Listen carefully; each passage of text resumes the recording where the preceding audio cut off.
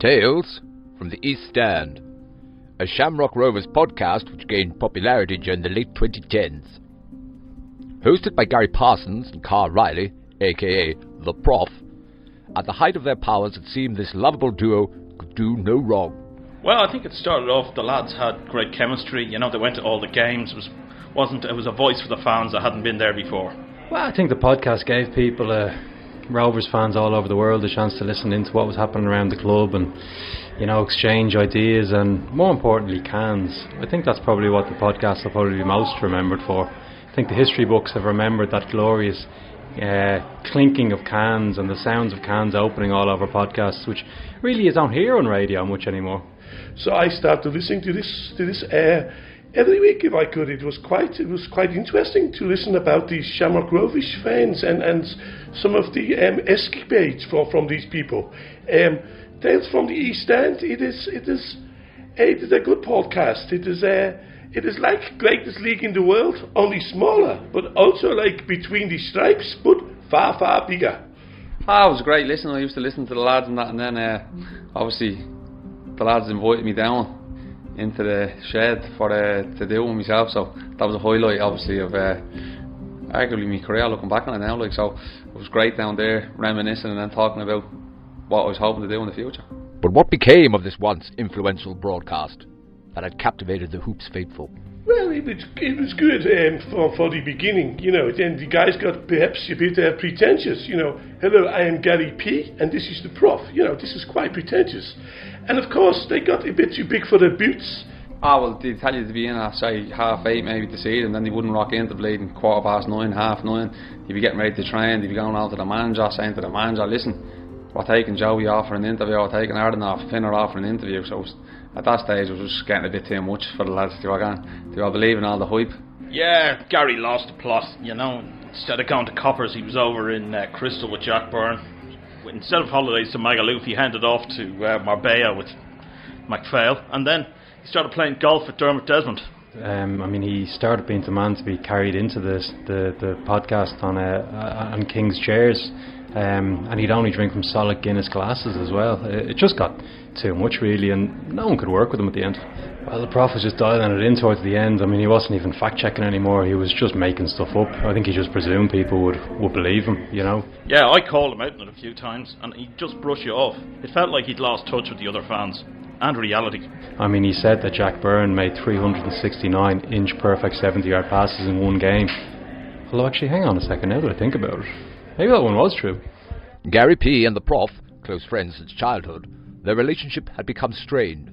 Yeah, well, the fame definitely got too much for Gary. I mean, he started spending more time on TV adverts than the podcast, really. Some of the places where every day I watch Sky Sports News religiously, and do you want a fair mortgage? There is Gary Parsons, you know, a fair mortgage for AIB. You know, what is this all about?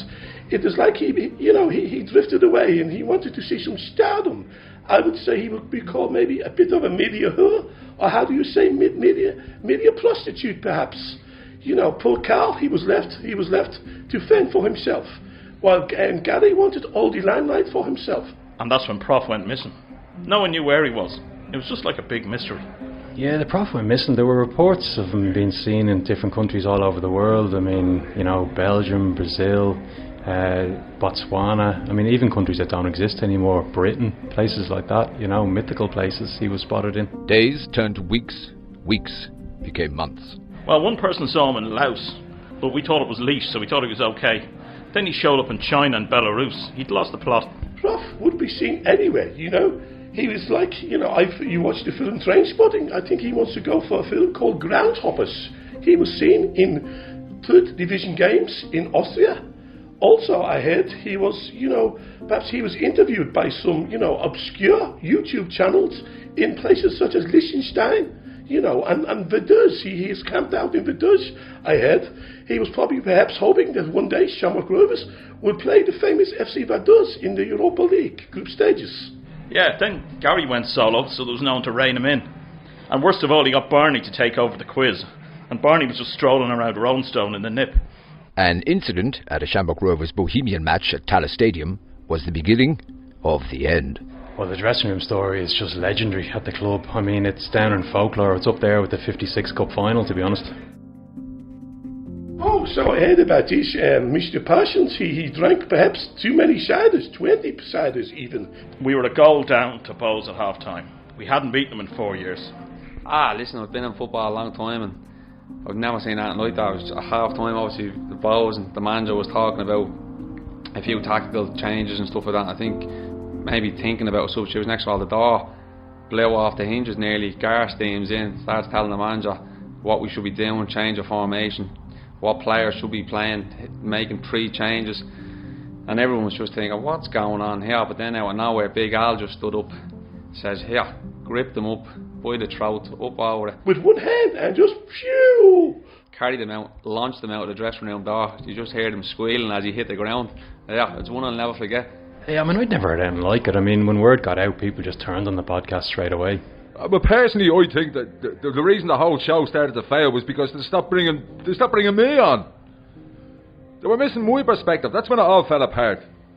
Well, that and that whole prostitute bucket of fish scandal, that might have something to do with it now. Now that I think about it. It probably did, in fairness. Embarrassed and isolated, Gary produced the podcast sporadically for a short period before it shut down completely.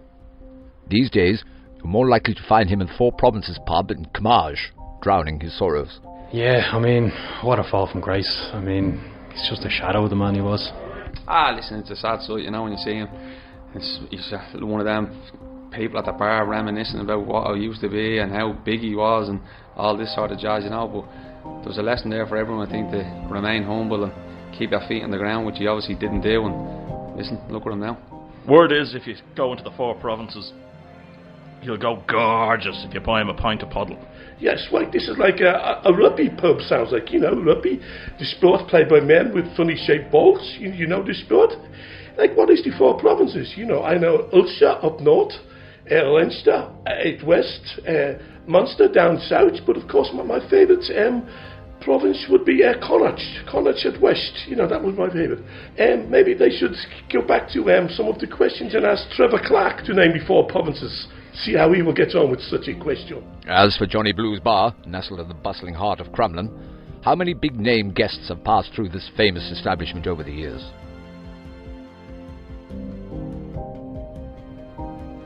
But now, emptiness.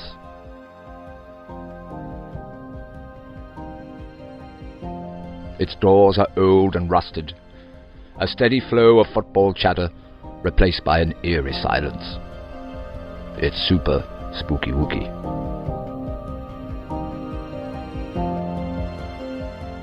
Teenagers, having heard stories of its former greatness, loiter on the premises hoping to find the lost relics among the rubble of this shack. A microphone has not been switched on here for quite a long time. Legend has it that to this day, the spiritual presence of Johnny Blue himself can still be felt at the bar, almost as if he's still waiting, hoping for one last day in the sun.